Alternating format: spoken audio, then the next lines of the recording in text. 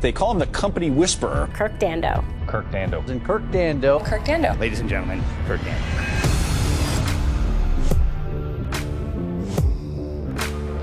So I'm excited to talk today. This episode, this is a tough one. It's one of the most gut-wrenching leadership truths that growing companies and leaders have to face, and that is, your team's success today may be hiding one of your biggest future liabilities. So what I want people to understand or take away from today is we're going to talk about the three.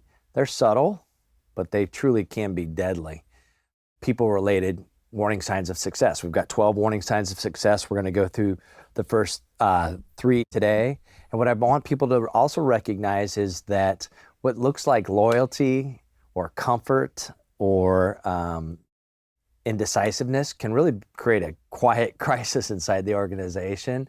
And whether that's miscast roles in what I call right idea, wrong person, or unqualified people in key positions, which I call professionalizing mediocrity. We've got a big opportunity, but now we've just put people in it that can't really help us get there. Mm-hmm.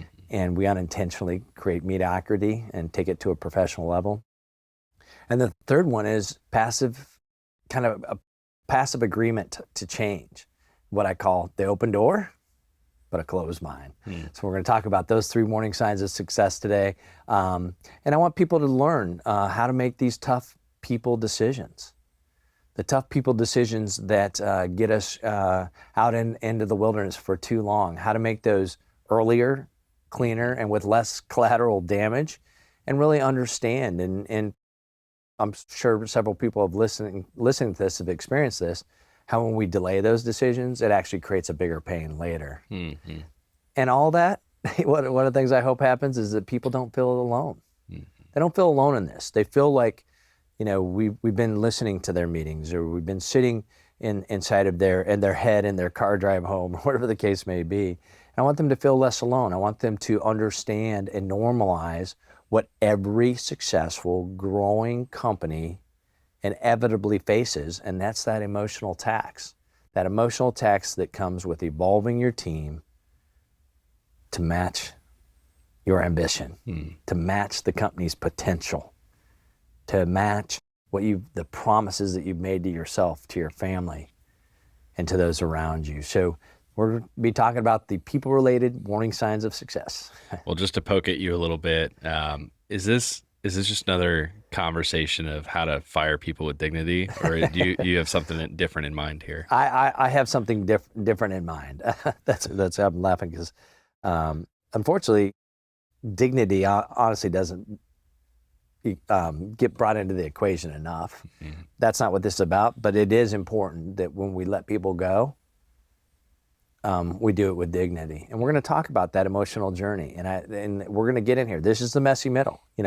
What I'm not here to talk about, once again, is the feel-good leadership highlight reel. We'll talk about some of those things, and those are important, because if we don't have hope and we don't have things that we're pointing at, then it just becomes a grind. And that's not what the goal of this is. But once again, intentionally, we are talking about the hard stuff. Right. No, that's good. And I'm assuming this a little bit just based on our back and forth, preemptively in this conversation we've had before recording. The people issues, is the people issue the root of this before we kind of get into the tactics and the tools? Is it just purely people-based, or is this something it's being disguised as something, a scale issue or something like that? Oftentimes, it is people-related. Okay. And we tend to, like I said, success has a way of masking issues that rob us of our full potential. And so what I don't want to pretend is like it's always a people problem, because it's not. At the same time, I don't want to move further away or even take steps away from the truth that we need to have good systems and processes of just not people that are there, but how do we bring people into the organization? How do we wrap that around the culture? What does winning look like in our culture? If I hired someone today, within 1 week, could they tell me what winning looked like without having to see it on a dashboard? Do we celebrate wins, or do we just keep pushing towards the destination? Once again, this is a dance. And if we could just have like a paint by numbers, grow to $1 billion, $1 trillion company. Why wouldn't everybody be doing that? I'm not pretending that this is easy and that I've got these quick fixes that if you'll just try them will somehow solve all the pains. What I'm trying to do is, one, shine a bright light on the truth, the reality that growing is hard, but it's worth it. Right. And that's what we're going to talk about. Well, like you said, the last episode, growth is also a choice. Change is inevitable. Growth is a choice. Yep, absolutely. And we'll talk about this a little bit later here, is everybody says and admires and says, yeah, I want to grow. Growing is a good thing. But very few people actually commit themselves to the process. And I'll talk a little bit more about what I mean by that. Right. What's the process? What do you mean by this process of growth? So, yeah. Well, let's jump into first tool here and just kind of how, and actually before we do that too, I think it's fascinating. I just want to call this out so you've written this book, right? The 12 Warning Signs of Success, Predictive Leadership. And in that you could have started with anything, right? This isn't formulaic, right? Yeah. You've created these as more guidance tools, or, it's a radar more than anything. And then tools of how to go solve these things or address them. But you could have started with anything, but you started with people. Is there a reason why you did that? It's a great question, and I don't know that I had a great intentionality about hey, I'm going to start with these things. I think subconsciously, I've just, once again, over these last 30 years plus help the business that we help grow, it just subconsciously, a lot of the problems that I see are delays in making hard decisions around people, broken systems and processes to either hire or promote the right people, creating conversations that are truly open and transparent. And so I think subconsciously these were the ones that were probably needed to get out of me the most in the book, and when I'm coaching and looking at investing and doing those things in companies, I look at that because I've seen a lot of times where a really great product or service was wrapped around, it's hard to have the wrong people around the table and make the right decision. I've seen that's, where I'm talking about stuff I thought was going to change the world, literally. People talk about this is revolutionary, this is going to change. I've seen stuff that I was like, that's going to, and it didn't. And it's a lot of times has to do with people. And it's not just the people on the team. It's the people that sometimes are sitting on the board. It's sometimes the investors and how they've structured their terms. It's all these things. And then once again, it's all fair. I'm not saying there's one way that's right and wrong, but at least understand what you're getting yourself into, and that's what we're going to expose here. And so I think that's probably why I started with the 3, is more subconsciously than it was intentionally. Yeah, so through experience, that's fascinating to just second nature almost do that. Yeah, and if you talk to people that have the pattern recognition, that have done this and stuff like that, they're just shaking their head right now. They're going, yep, I wish I could get my CEO that I've invested in to listen to this or to do this, or, but once you're standing on real scars, you understand it's easy to make, some of these decisions, not easier in the sense like you sleep better, but you understand the pain that you create by delaying these, not having good processes and systems, which once again, I'm going to give you some, tips and tricks and tools, frameworks, if you will, mindsets that allow our listeners to try these things. And these aren't things that I dreamed up. They're not things that I branded and sell as a product or a service. They're literally over watching 16,000 different people do it right and people do it wrong. I've been fortunate to see major breakthroughs and be part of major breakdowns. And I've been fortunate to learn every step of the way, and I'm doing the best I can to try to dump that out in this season. Well, that's the reality of a lot of what you do. And you and I have talked about this personally, and I didn't even plan to bring this up, but it's funny because the content you put together, it's very much like the story brand framework. We've talked about that a lot, where the story brand guys, they just put words to things, but to put words to things, they lived experiences and they studied and they did a lot of research. And then they put words to things that existed. It's not like they created this framework that didn't exist. They actually just communicated it in a way that people said, yes, those are the right stories. And they go through the whole process of explaining how every Hollywood script that's successful follows the same framework. And it's not because they hired the story brand guys, right? It's because they put words to a system that works. And so for you, I mean, it's less formulaic, less systematic, but more so you've lived and breathed experiences over the last 30 years from running it yourself. And then also coaching and investing in leaders and companies that you've done it enough to say, hey, I've gotten the reps where anyone could come in and use the same words. They could, throw out right idea, wrong person. They could call it the 12 warning signs or 6 warning signs or whatever of success. But until you live and breathe it and understand it, that's where that relatability comes through. And so I think that's a huge value that you bring to this conversation. Well, thank you. That's once again, I mean this sincerely. I've been very fortunate because I didn't set out to do this. I sure didn't go to school to do this, and I didn't even know this was something you could do. Yeah. And so I've been very, very fortunate. It's an incredible accident.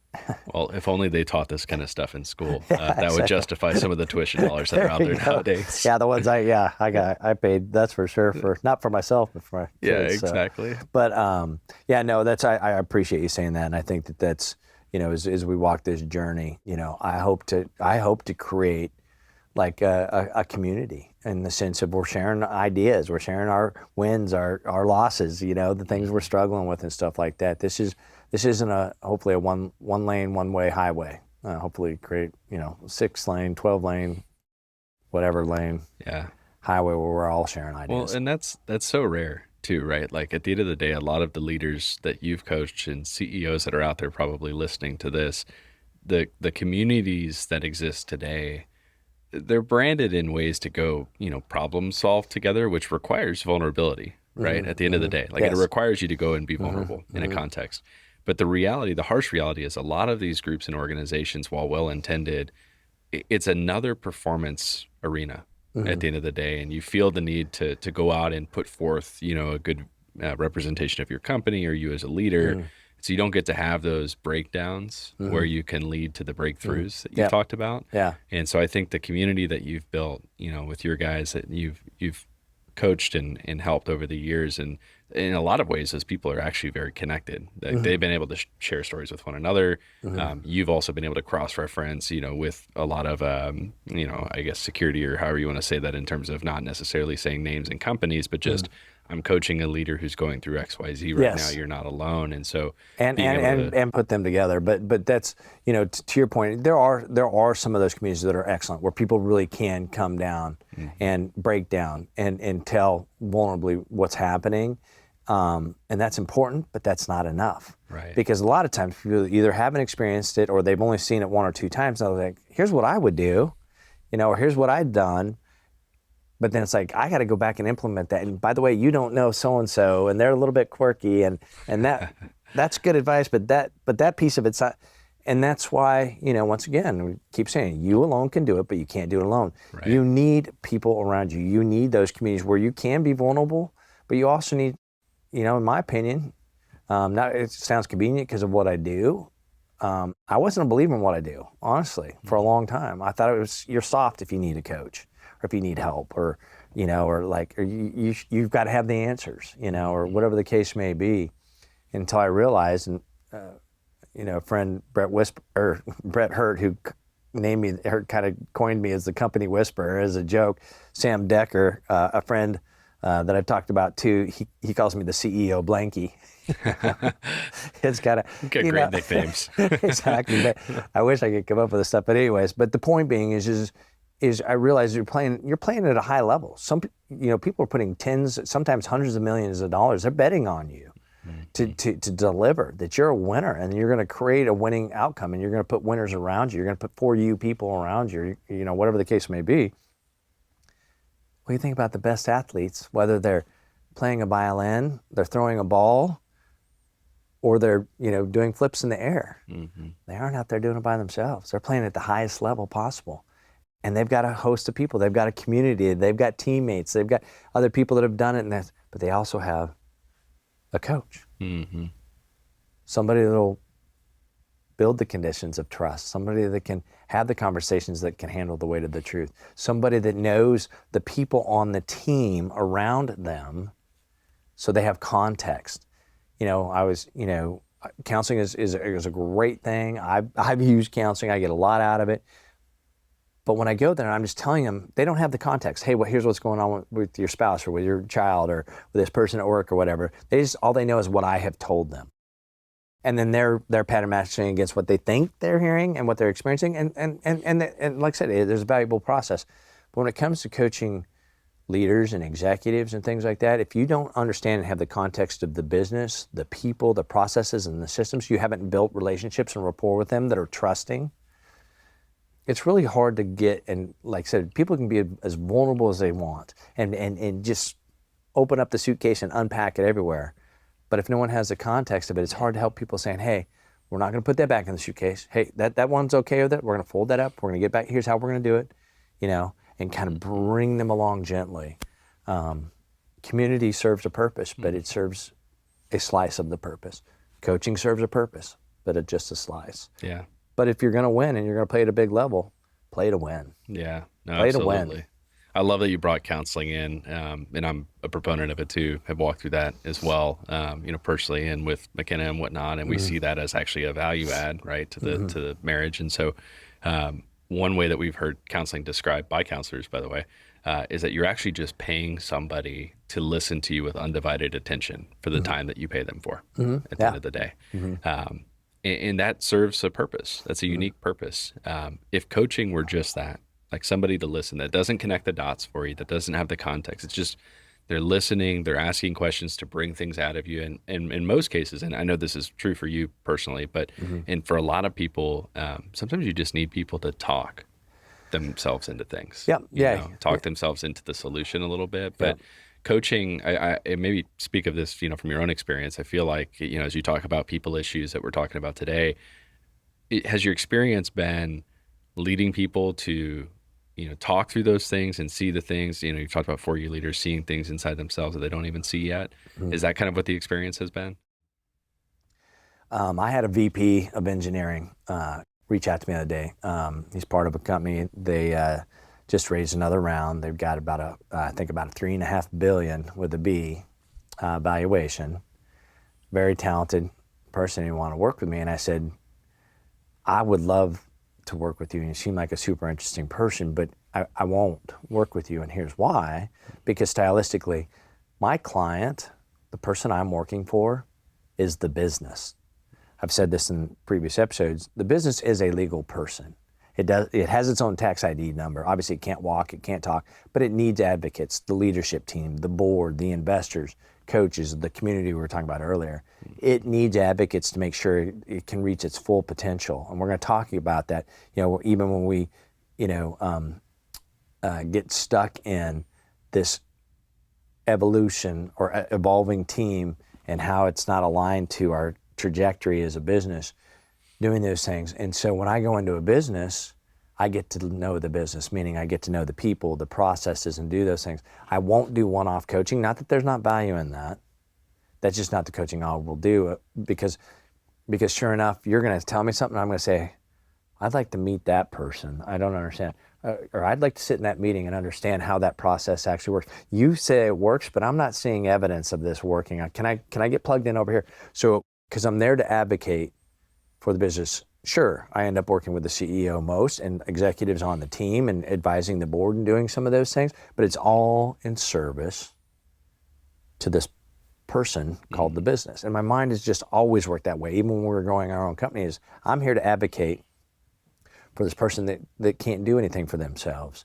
And I want to give them words and I want to give them hope. And what they'll give back to us is an abundance if we'll take care of the business. So from a coaching standpoint, at least from how I do it, is I won't just come into a business and coach one person because I just don't have the context to really help them. You're paying me to listen and to kind of tell you what I think I hear. And I've been pretty fortunate. I've heard a lot and I can see the pattern recognition. A lot of times I can kind of get it narrowed in and have people. I had another guy that I was coaching the other day that coincidentally is a VP of engineering as well. And he goes, man, I've got your voice in my head all the time. He goes, what you said, he goes, it was so high integrity. He goes, it was hard to hear, but it's really got me. And I talked to the CEO and he said, this person has absolutely turned the corner. Like, I don't know what happened. And I said, well, we had some really truthful and honest conversations and that's all you really need to know. because I don't share the details. That breaks confidence and hurts trust. But I couldn't have done that if I didn't have the context of the business, how the CEO works, how he performs, how he thinks, how the team, the dynamics they're against, all these other pieces. So for me, that's from coaching. There's all kinds of different coaches. You've heard me say this. I'm somewhat cynical, admittedly, because I've had coaches that wanted to do right by me and didn't. But you can be a failed executive or even a successful executive today and be a coach tomorrow. There's no barrier of entry. Having a good heart and some experience is nice, but it's not enough. Right.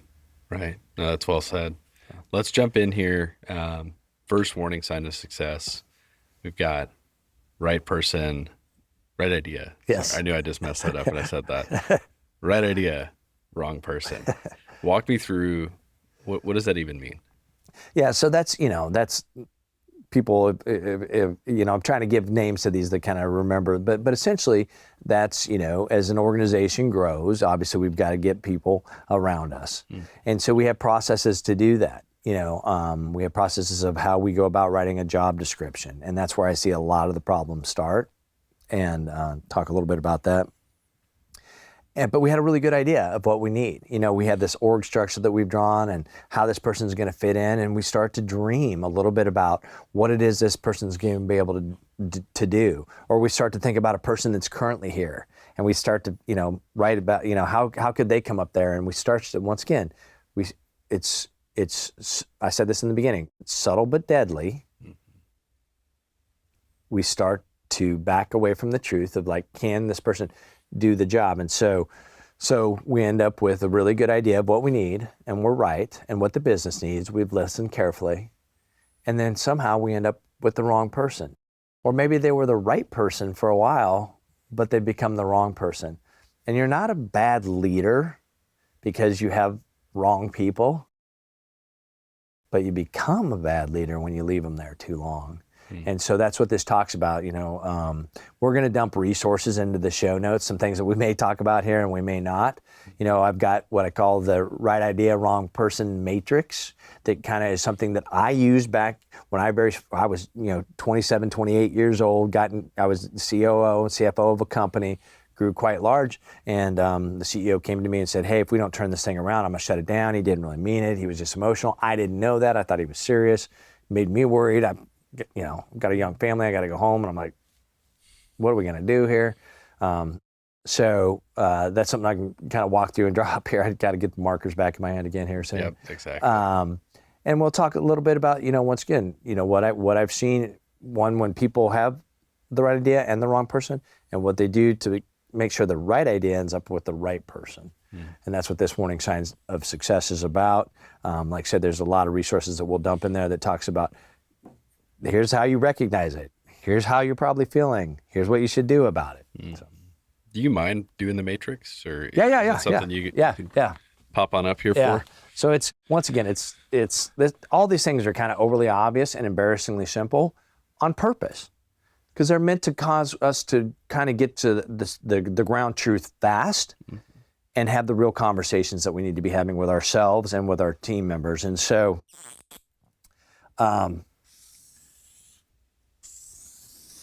just in a quadrant, this being a 10, this being 0, this being 10.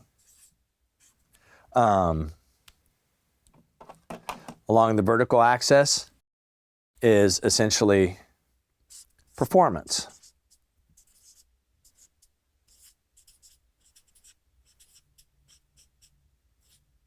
So somebody that's performing at a high level. Somebody that knows their job, they can see more than others, and they can see it before others. They deliver on their promises, and when they can't deliver on their promises within the timeframes that they've talked about, they renegotiate these things. But they're reliable. They create conditions of trust, not just in the honesty of which they tell you things and speak, but they can create conditions of trust of that person knows what they're doing. And so high performance. And then we have here at the bottom is, are they good, what we call cultural fit? somebody that's a 10 is somebody that, is a good fit. They're loyal to the brand. They're not in the back channel, kind of creating stir and conversations. One of the things I talk about, and I've coached a lot of people on what it calls win or leave. Oftentimes in any relationship in life, but we're talking about business now, so the relationships in life and work is something comes up where we don't agree in theory with what's happening. So an extreme example to turn up the volume is like if you owned a business and you wanted to treat people just as objects and you cared more about what you can get out of them than what you can put into them. When you fire people, you actually feel good about it. You go and have a cigarette afterwards or whatever, type of thing. In theory, I'm not going to sign up for that. So I have a choice. Either I figure out a way to win, meaning I totally adopt your way of thinking and behaving and addressing our growth, or I leave. But too oftentimes people are like, well, the job market isn't good or this or that. And so they stay in that messy middle part of the journey and they start to have conversations with people. Can you believe they said that? You know what? I was sitting in a meeting. Did you hear that? And they start to deteriorate. Remember, I said the business is a legal person. What you're doing is you're basically beating that person by doing that, by staying in that back channel. Now, it's okay to go clean up conversations. So I may have a problem. I'm saying, hey, Spencer, I want to talk to you about this because I'm going to go take this to so-and-so. But I want to clean up my thinking. Is there something wrong here? But my commitment is I'm going to go back to this person. There's a lot of value in that sometimes. Oh, there's huge value in it. Yeah. Huge value. I've been, I've been saved from myself by having those conversations. But my commitment is I'm going to take it to the person that can do something about it. Right. I'm not coming to you to commiserate. I'm coming to you to clean up and go somewhere else. Right. With it. So we have this, what I call this win or leave concept. Well, people that are a 10 on a good cultural fits are part of that. They figured out how to win. And I can't tell you, this win or leave concept I've had, and I've literally had, unfortunately, people walk in and quit, which was not my intention. It was trying to trump the volume, but I've also had people that have turned the corner and been like, yeah, I'm tired of living in the middle. And there's some people that like to make everything a win or leave. They love the drama. Like, oh, you changed the coffee? Well, that's not gonna work. So anyways, so you get it. 10 on performance, 10 on cultural fit. It's onward and upward with those folks, right? Those people, are our rock stars. Somebody that's performance isn't good, and they're a poor cultural fit. They're just kind of a horse's rear end to be around, and they aren't doing anything. Call those people the wonder, because everybody wonders why they're here. Everybody's like, what is going on? So, those people got to go. Yep. The one that's a little bit tougher is somebody's performance has maybe slipped. Maybe they were up here. Maybe they've outgrown the job. The company has grown and maybe we haven't equipped them. But man, they aren't just loyal, man. They figure out, they see who needs help. They're always pouring in, and they're just, we can't put that into a job description or a job requirement, but they're just infectious with how much help they provide and the loyalty that they brought to the things. Well, we've got to figure out, and this is hard, and most of the decisions, we've got to give them another chance. They may be a falling star, but they're a star, and we can get them back into the galaxy. Not every time, but we should at least be committed to doing that, because this is hard. I've seen where poor cultural fit, but great performance, that's a brilliant jerk. They're brilliant, but they're jerks, and they don't care. And when I went into my organization, I literally had this simple of thing, and I, after I got to know people, I put them where I thought they where I thought they were. Didn't mean I was right, but I was at least had a point of view, and I felt like it was fair for them to know what my point of view was. That was my first mistake. But it wasn't a mistake, but it did create a path to the CEO's office, because I was 27 or 28 years old. And I was like, hey, I want to sit down, because you know what? I really thought everybody wanted to win.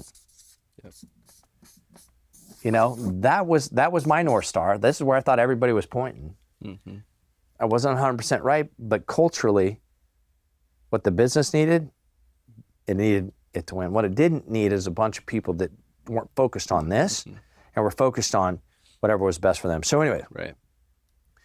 so I went back and had the conversations with the people that I felt were brilliant jerks, and I shared with them honestly and compassionately and care. And I didn't just come, I mean, I built a relationship with them. I wanted to know who they were as people.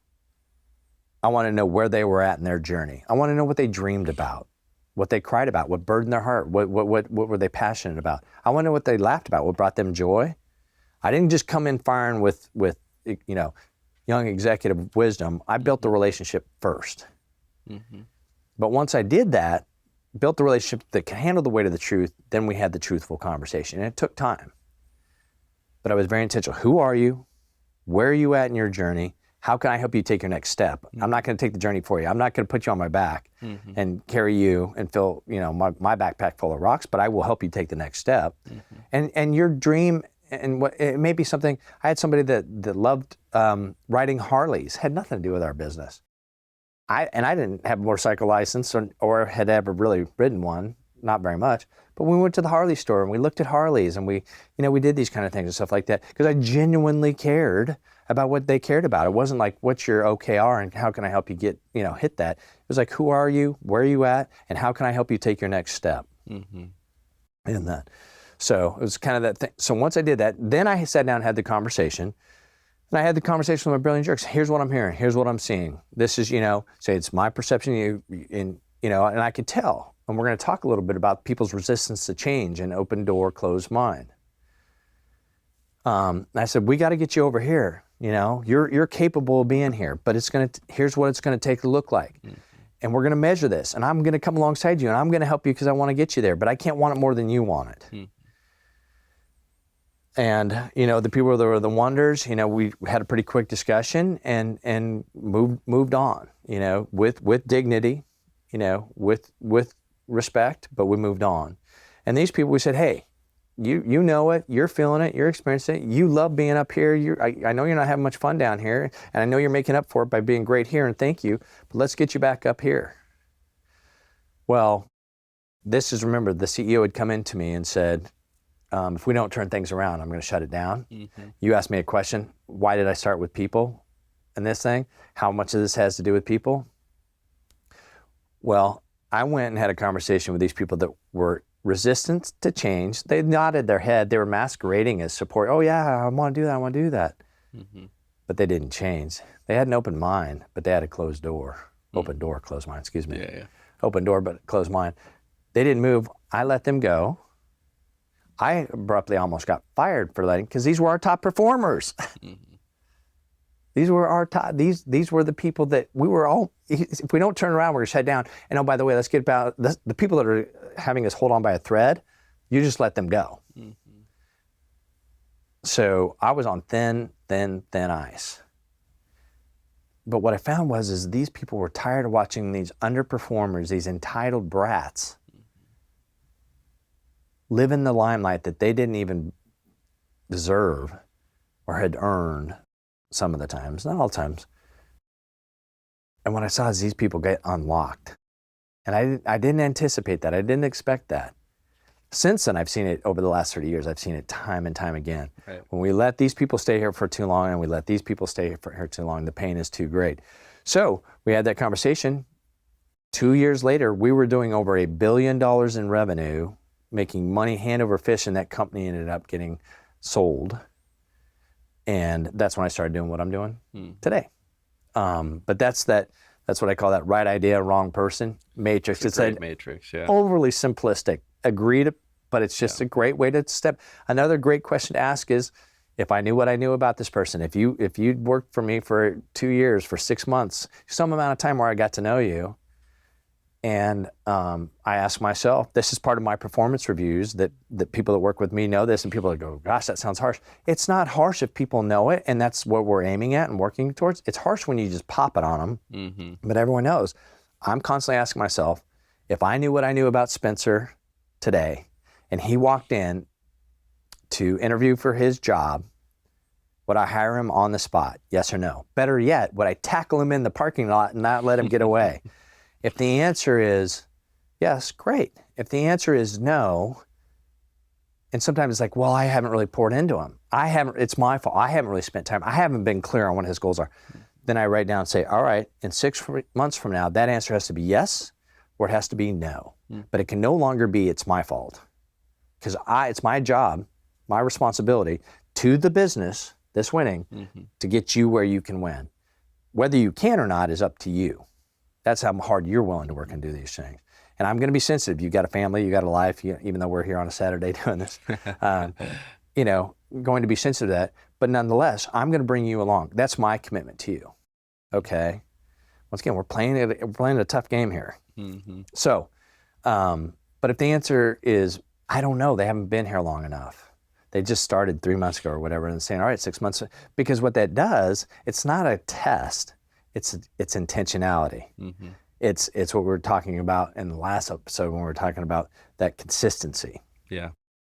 And so I've got to, if I can get people over here, all the other problems we're going to talk about for the rest of the season are significantly diminished. They don't go away, but they're significantly diminished. That's a great point. I know you like to do personality testing. You use the DISC when you go into companies to coach. And there's a lot of tests out there, Enneagram, DISC, and all that. There's tons of them. How much does personality type of a person play into this? I'm asking this because you mentioned, I think there's a subtle nuance in here of like someone's performing and now they're not, but they're a great cultural fit, and some people are shifting. But I'm sure that there's also some tried and true, like here's what in the Enneagram they have, like I'm a 3-2, right? So my core, what the Enneagram would tell me, the core function would be I'm an achiever. And so that's me at a healthy state. But then there are unhealthy states, when I'm not functioning at my best, here's where I go to. Or emotionally flooded or right, whatever. Exactly. So how much does that play into this? It plays. Have you ever heard the saying, you hire people for their skills and you let them go for their behaviors? That's why I use a DISC. DISC is, I'm not saying is better than another Myers-Briggs, Gary, Enneagram. I just understand DISC. And I think it's simple for other people to understand. That's why I use it. But one of the things, kind of pivot into this a little bit, is you ask about the behavioral side of things. One of the things that's really key, I see, is when people are, how they go about writing a job description. A behavioral component of it, and there's kind of like 4 or 5 questions. We'll put those questions in the show notes, what they are here. One of them has to do with the behavioral side of it, but I've seen more times, once again, I really want to hit pause here for a second so people are listening. I see where they discount the value of this process I'm getting ready to describe and doing it in community with others, and I'll explain why. So if you want to give real clarity to a role, we talk about in the first episode, alignment starts with clarity. If people aren't clear on their role, I can't tell you over the 16,000 plus conversations I have with people where they're not clear on their role. They get performance reviews, they get raises, they get bonuses, but there's this low level, like low grade migraine confusion of what's my role, what's my responsibility. And at a high level, there's a job description sitting out there somewhere that has not been pulled out since it was, used to recruit people. We don't do performance reviews against it typically. Competency mapping, what are the competencies that we need? So these are all things, once again, I'm not going to try to get into every single piece of these things, but I want to give people enough, little frameworks and tools here that they can try them. But there's kind of 5 questions that for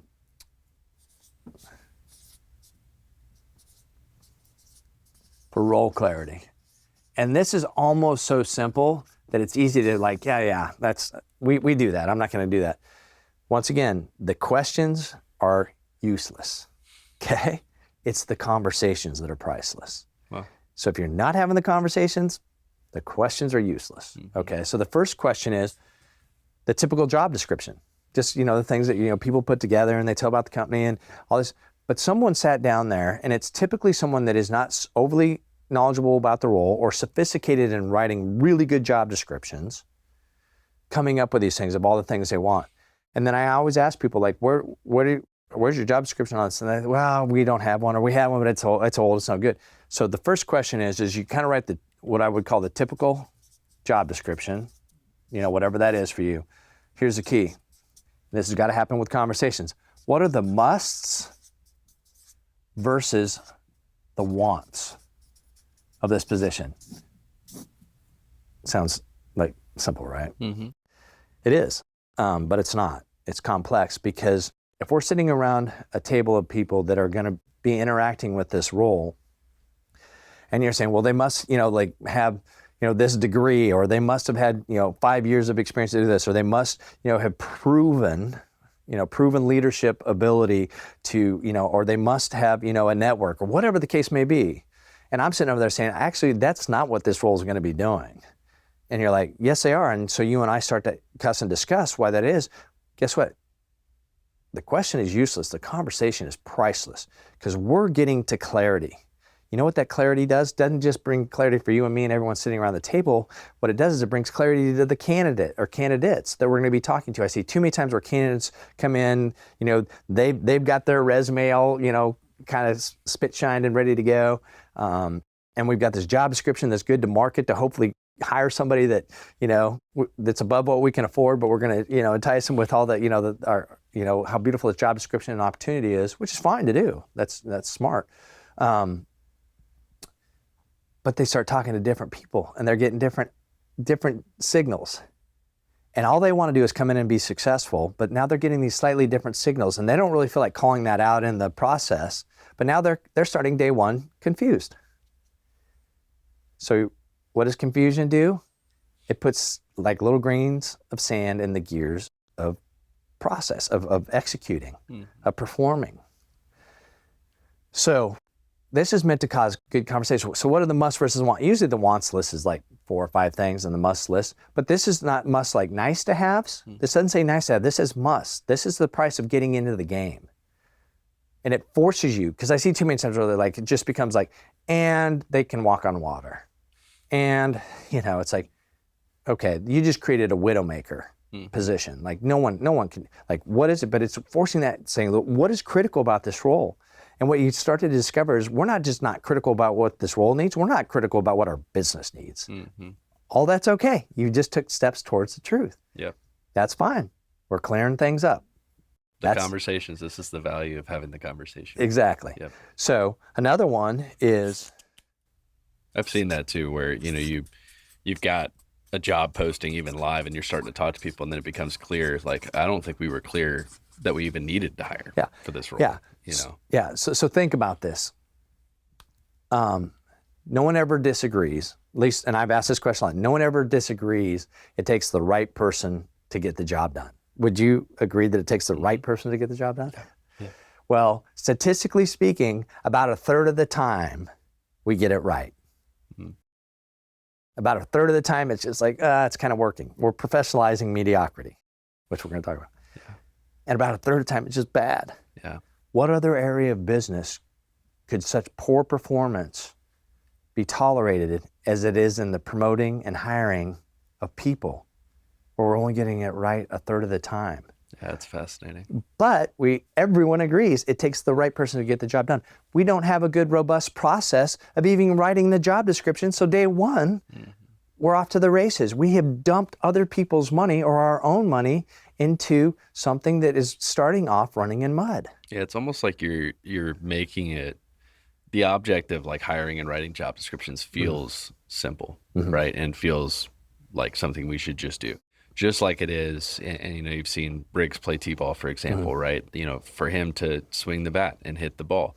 But we were just watching TCU play last night as they're working their way through the Big 12 championship. We were talking, the best hitters, the best on the field, like the best talent on the field, they average, 300 to 350. They're getting it right as a hitter a third of the time, right? Like those are the best hitters in the game. Yep. And there's only been like 1 or 2 hitters in the history of the game who in their career have batted 400, right? So like at the end of the day, the mark there, the line of success is more failure than success. And no one would say, well, this isn't important then, right? Like that's actually how you play the game. So I say that to say, I think on the normalizing side of this, that this is actually very hard.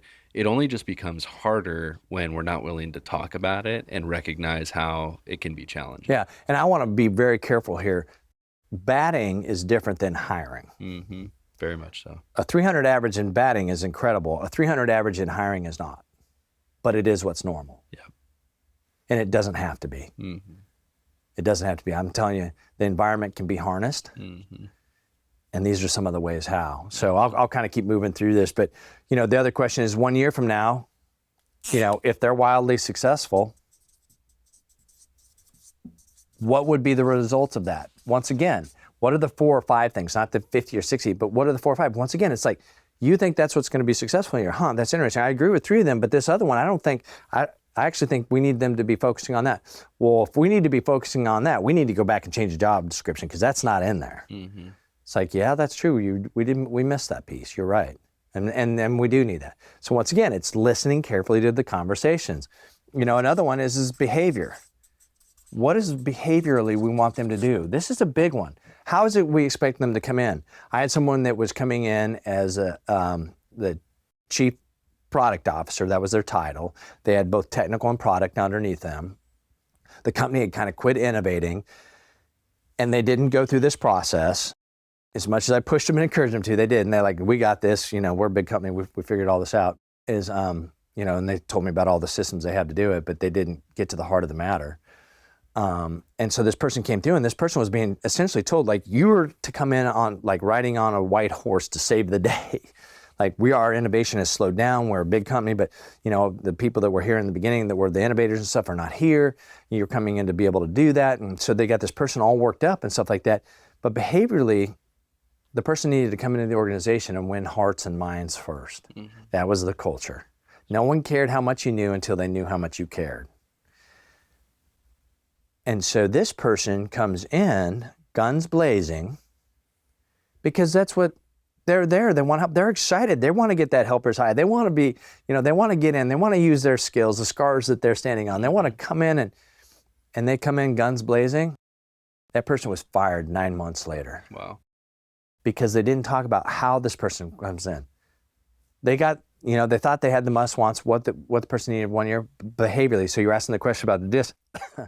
You know, sometimes, you know, people, you know, are more people-oriented, you know, but if you have somebody that's managing a bunch of people that's not people-oriented, I want to know that. It's not that they can't, but I want to know that, because if my head of HR isn't really people-oriented and doesn't really, you know, is more like process focused, mm-hmm. That's going to show up in my organization is a lot of processes, a lot of maintenance, and people are going to feel a little bit like, you know, like I'm being kind of techniqued here, or this feels a little starched. Now, if that's what you want, that's fine, but do it knowingly. Mm-hmm. So the behavioral part of it is answering that question. Another question is 3 months from now, what do we expect? What do we want them to be able to do? Mm-hmm. And so because that kind of takes this 1 year and gets it down to 3 months, it kind of reverse engineers, like, how are they going to come in? What should they do in the first 3 months? Those kind of things. So getting clear on that. And the 5th question isn't coming to me right now. So we'll have it in the show notes. We'll put it in the show notes. Yeah. One thing I think that's fascinating about this, though, is, you know, the 30, 60, 90, the must versus wants, those are actually like pretty simple and obvious. They maybe don't get talked about enough. And I think that's the power of this. The behavior one is actually one that I see talked about a whole lot less. Yeah. Where you're not having the conversations of what kind of mentality, because I think to go back to your matrix you had before that, mm-hmm. especially in a startup universe, everyone assumes the people we hire are going to come in hungry, ready to work, desiring to win. Mm-hmm. And that would just be the behavior of the people we hire, especially at a, you know, early stage in the company's history. So I speaking that out and saying this is actually like how we build culture with this hire, and not expecting everyone to be the same, because I think that we've proven that that's not an effective way to scale an organization. Mm-hmm. Yeah, you talked about in the last episode in your meetings you guys have in your business, you have somebody that sits there that's just reading the room, listening for what's not being said, you know, kind of connecting those bridges that maybe were unintentionally broken, or commitments that were, you know, accidentally not actually committed to, and those kind of things. Well, that kind of person, you're going to say, well, behaviorally, we need somebody that's a really good listener. Well, how's that show up in an interview? Or how's that showing up somebody that we're going to promote into that role? You know, so you start talking about behaviorally, but then you start thinking, well, what kind of questions would get at that? What kind of evidence would that be in their background? And so you start to shape the interviews to kind of see, like, do they have these behavioral things? Because we're always showing up our best selves in interviews. No one's showing up and being like, I'm going to be just a train wreck and hope they hire me.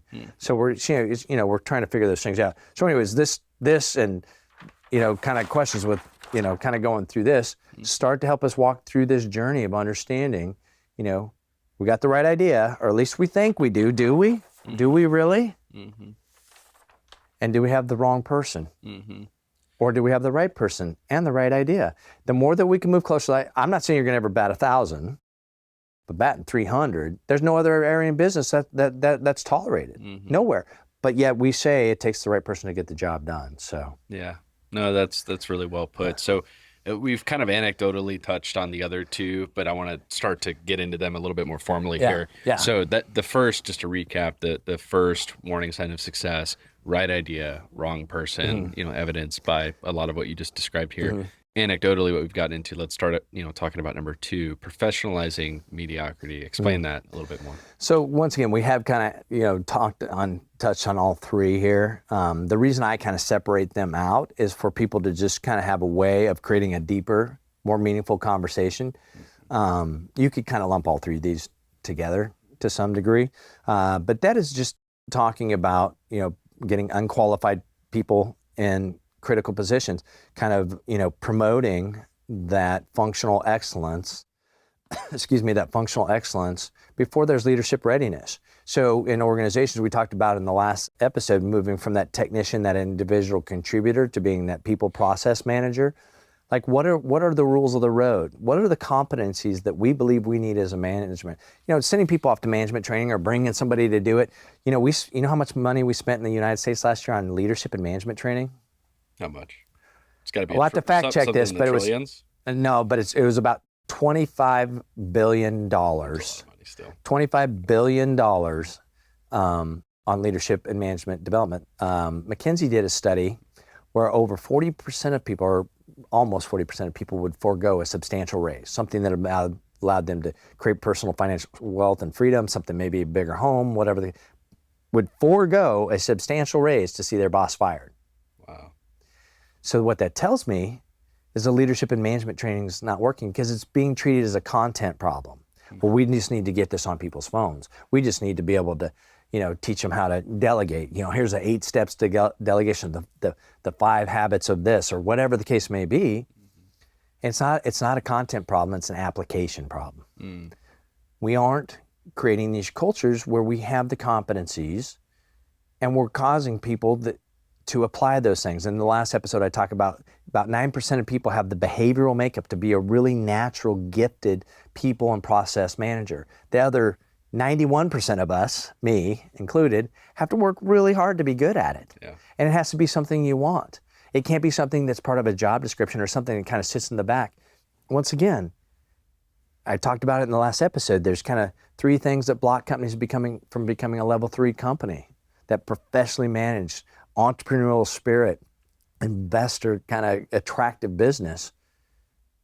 It's an aligned leadership team. Talked about that, but we talked about the other one is this professionally led, managed kind of operations, business people, managers stand in the way of that. And I would say over 30 years of doing this, I would say that's probably 90% of the reason that are holding companies back. So we're professionalizing mediocrity by not having clarity around what is a manager in our organization, what are those competencies, how are we coaching people, how are we measuring people, how are we making them aware that they're being measured against these things, and bringing them along. Mm-hmm. And that's when we start to unintentionally professionalize mediocrity. Mm-hmm. So, once again, we'll put some stuff in the show notes and things, little tips and tricks, but it gets down to don't just shop this out to somebody to make people managers, or to have a couple trainings here and there that are like, well, we got to have better managers for sure, people managers. So let's send them to a class, or let's read a book together, whatever. All those are good because they cause conversations, but where's the accountability to actually performing at that level? Yeah. Where's the end game? Yeah. One of the things that you said, so you've touched a lot on the idea of promoting a functional expert to a position of leadership or people management. I know we don't love the word manager or management, but I mean, it makes sense. So that's one side of the coin. The other side, I think I hear you saying, is actually creating bloat within the organization, where you've got the capital to go and resource the business. You think you need people in all these different roles, and so you do that. And I think one example, we were talking a little bit earlier before we started recording, is that If you go study Elon Musk and the way that he runs his businesses, right? Let's just start with X, for example, when he bought Twitter, now X, he went and laid off the majority of the company. And the reason he did that is, frankly, it was this whole idea of professionalizing mediocrity, where he was like, we have a lot of people that do, in his mind, what was mediocre performance, right? That just weren't needed. And so instead of, we've promoted a bunch of functional experts to lead the business, it was more so we just created a lot of bloat with the resources we were given that we just don't need. And so, you've seen the evolution there where, they've shedded a lot initially, both in terms of the number of employees and then the actual revenue generated, but they're actually headed upwards now in that trajectory. So that's a fascinating case study. Yeah, and I don't know 100% if that's the reason they're up and to the right now, but the stories, the things that we can see in reading the stories and stuff, that's that's at least what they're trying to suggest. But this idea of a bloated organization, GE for a long time, they cut the bottom 10%. That's just what they did. It wasn't, it sounds ruthless, and it probably might have been. I wasn't there. I don't know. I don't have judgment on it. But what I do know is it was a forcing function to have the conversations about, do we have the right people into the right spots? Right. Because we are serving a bigger purpose, and it's not just the almighty dollar. We have other constituents that are depending upon us to take care of the business. And so, this, once again, just this idea around promoting people, getting clarity. We're going to talk about it in an upcoming episode around Houston. We have a rake, as in a rake organization. It's one of my favorite sayings. That's where sometimes you can start to see the bloat, and you can see it starts looking like a rake organization. They have the one that's drawn and everything else like that, but what is it really? How is it really functioning? What behaviors is it really driving? Is it creating silos? Is it more of a matrix organization? And do people understand how to move in that in one project, you report to me, and I need your help, and in another project I report to you, and so it's complex. We're going to talk about it, but that bloating is a real thing. So number 3 then, last point here for this episode: open door, closed mind. Again, we've covered this anecdotally. It's connected in a lot of ways, but walk through how is that different from the other two? Once again, I have what I call the iceberg of ignorance. You got such great names for things. I don't know why. Well, I've been doing this for so long. I sit around and just think about stuff. But what's amazing to me is you did all that before ChatGPT or any like that stuff. This all sounds like stuff you're like, hey, give me some catchy phrases to name these things. But no, it's something you did long before AI. Yeah. Well, so I think it's more out of frustration of watching and seeing these things. But sure. But it's just what it sounds like is just how do we go about an organization where passive resistance is masquerading as really as support. Is as we claim that we have an open door, that we want to hear people's ideas, and I've seen it too many times where you become part of the bad apple club. You bring up an idea that's contrary to the beliefs, or is going to somehow shake our thesis or put our foundation in question. How you do it matters. If you're, I've seen people that have been right, and how they did it was so very wrong that them and their message got exited because of how they did it, but what they were saying was not wrong. But I have seen more people have done it right and done it well. And we are breaking trust when we say we have an open door, but I experience a very closed mind. Mm-hmm. And so how do we go that where we don't, we're not just an idea factory, we want to hear everybody's complaint, let's all sit around and commiserate. That's one extreme. The other extreme is I remember when I was working at Arthur Andersen before they got shut down. We were sitting in the audit room, and one of the managers or partners came in, and they were talking about something, how they were going to go talk to the CEO of this, publicly traded company. And I was like, I don't think that's going to work. This is what's really happening. The whole room, and I thought he wanted my opinion. I thought it was an open door. I quickly got the closed mind. He said, he goes, you just tick and tie. We'll take care of the important stuff. And I was like, wow. And that's why I can't work here much longer. Yeah. But that was my first thought. I was like, and I'm trying to help, and that's your response. Mm-hmm. Well, unfortunately, that happens too many times. Mm-hmm. And once again, I said, a business will talk to you if you'll listen to it, but you got to have an open mind. Just to probe into that just a little bit further, so you sit in a lot of offsites. One thing I don't think we've called out yet in this season, We did the math on this, offsites, right? Yeah. And you spent 3 years, 5.5. That's what it was. See, I'm already under my 5.5 years of your life in offsites. Yeah, just strictly. If I just started on day one and went for 5.5 years. Yeah, no breaks in that. Yeah. So you've heard a lot of meetings, right? You've heard a lot of conversations. I'm guarantee that people issues, I'm sure it's never come up in an offsite. Yeah, no. Not in those 5.5 years. No.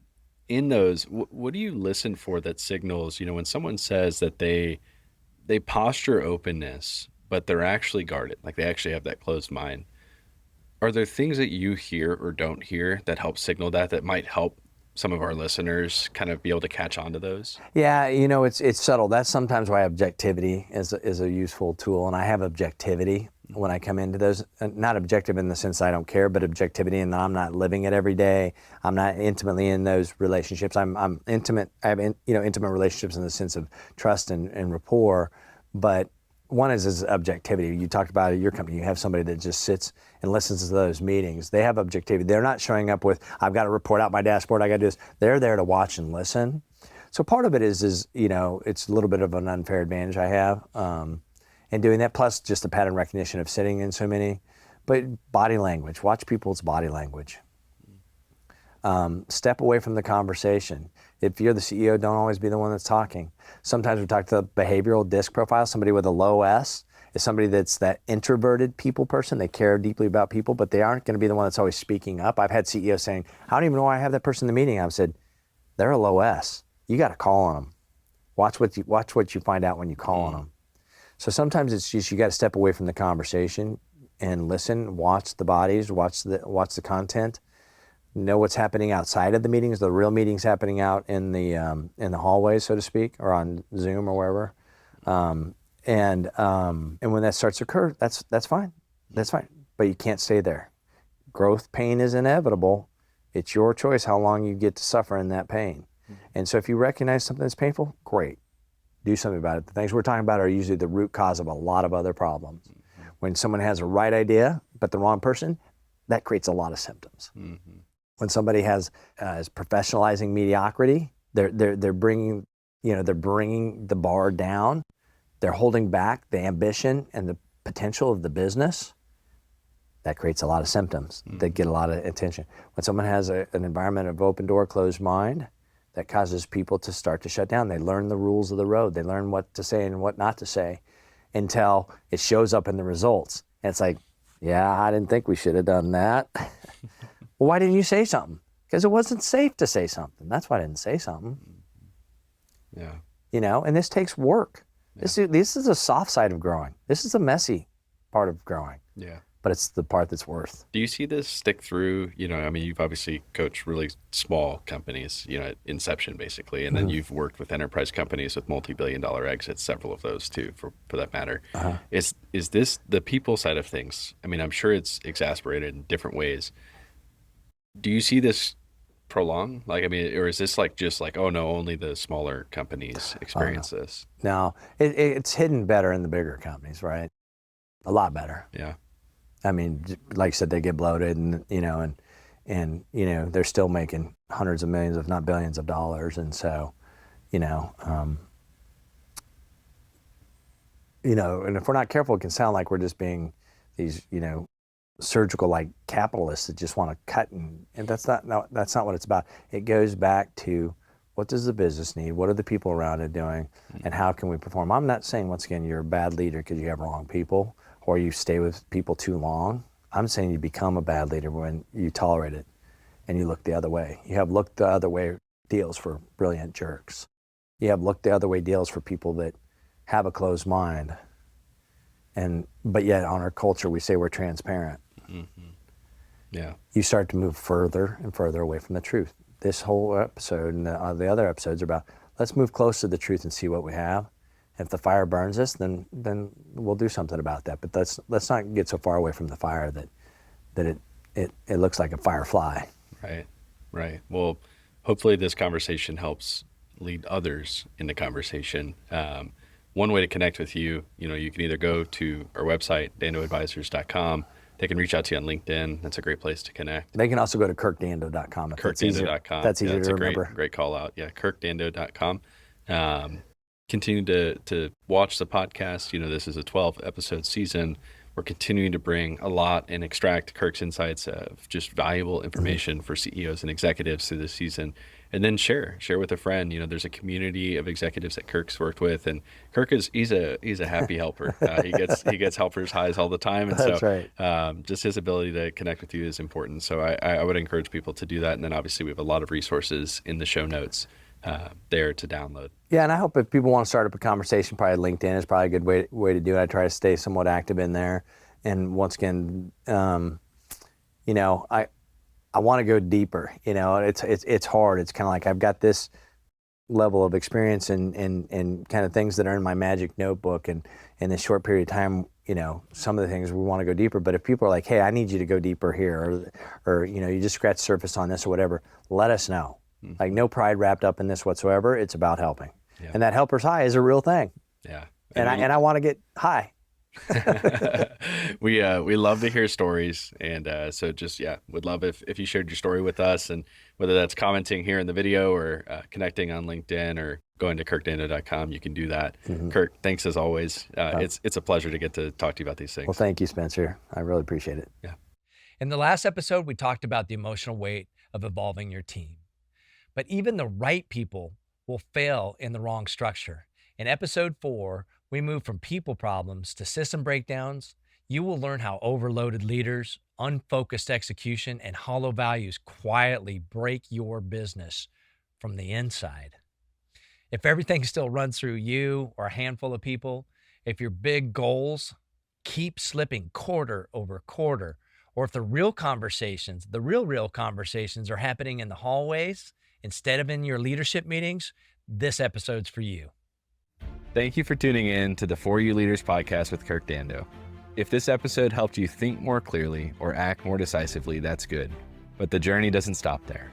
Subscribe for more content on Apple, Spotify, or YouTube, or go to Kirk's website at kirkdando.com to inquire about coaching opportunities. Now think of a friend, family member, or business leader in your life. How could you help normalize their journey today? Share this podcast with them. We hope that this sparks meaningful conversations in your life and that it enables you to become the leader that you aspire to be.